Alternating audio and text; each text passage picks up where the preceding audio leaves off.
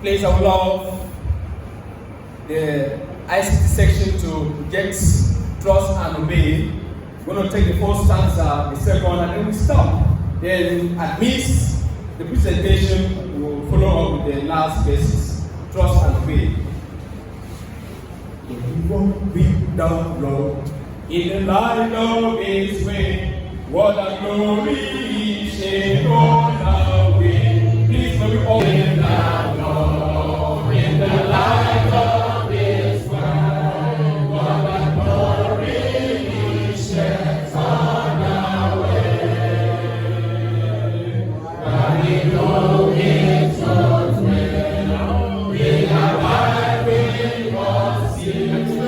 And we walk will trust and obey. Trust and obey. For there's no other way to be happy in Jesus. And to trust and obey. 2. Not a shadow can rise, not a cloud in the sky. God is my faith in and in the way. Not a sign, not a tear, and a one we trust and obey. For there's no other way to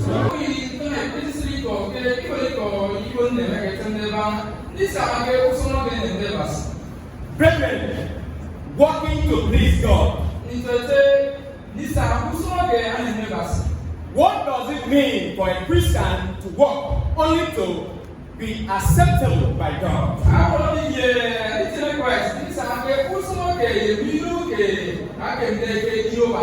You see, we have two particular keywords today.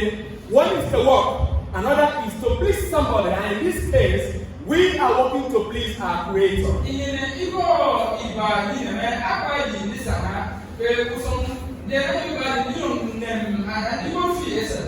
Brethren, we know that as Christians, as children of God, we have and we owe ourselves that obligation to please our Maker.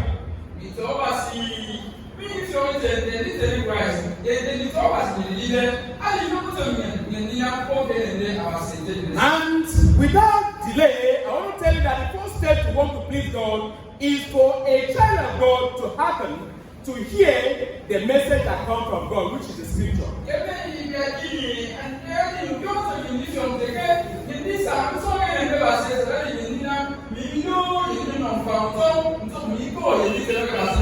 Brethren, any man born of a woman and does not know that he owes himself the obligation to please his Creator is a walking corpse.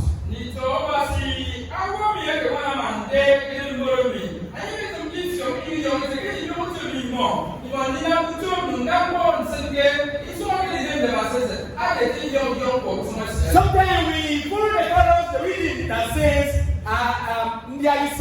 and all of that, but you forget that you came into this world for a purpose. So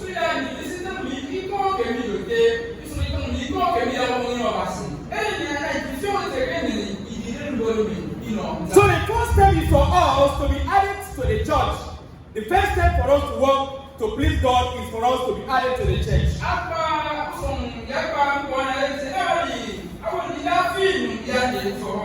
And the second one is to continue in the apostle doctrine. The question now comes, have you been added to the church? Have you once stood up here and vowed that you're going to walk with Christ, you're going to walk with God till death do you part?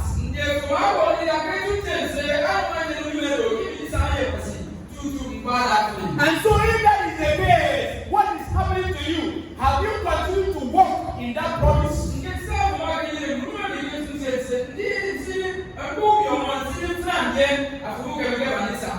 If the answer is yes, have you also continued in the apostle doctrine that has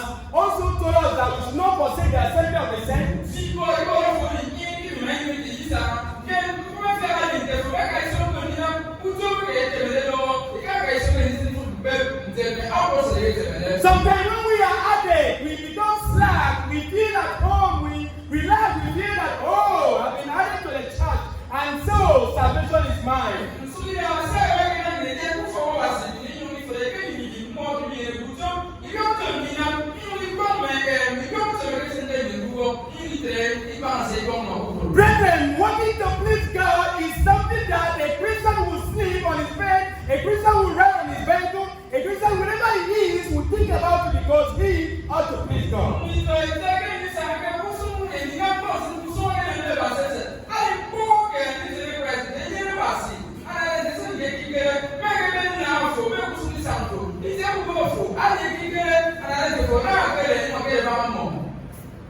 I was once a Christian. I went to the church, and then I was meant to follow the apostle doctrine. The question is, have I want to please God?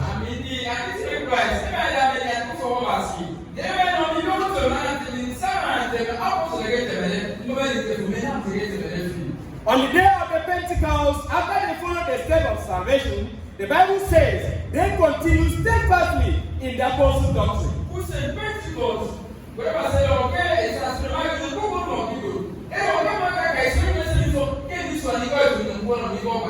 As a Christian, as to say, have I continued steadfastly and in the doctrine that was handed over to me?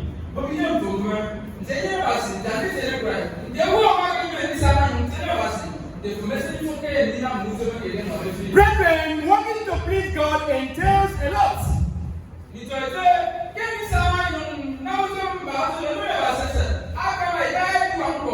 It should bother you, it should disturb you that what is happening in the church, what is going on in the church, is the church in the right direction? That is what should bother you.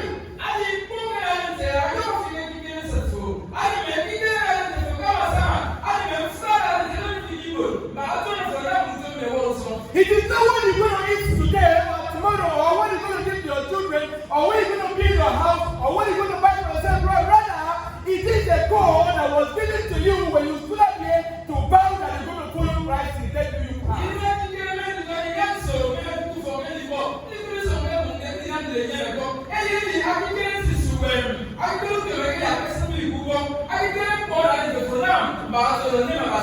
Brethren, the Bible says when I see it, you will say, we like to sit down in our home, believing that this goes on well in the church. So basically, wanting to please God is doing what is right in the sight of God.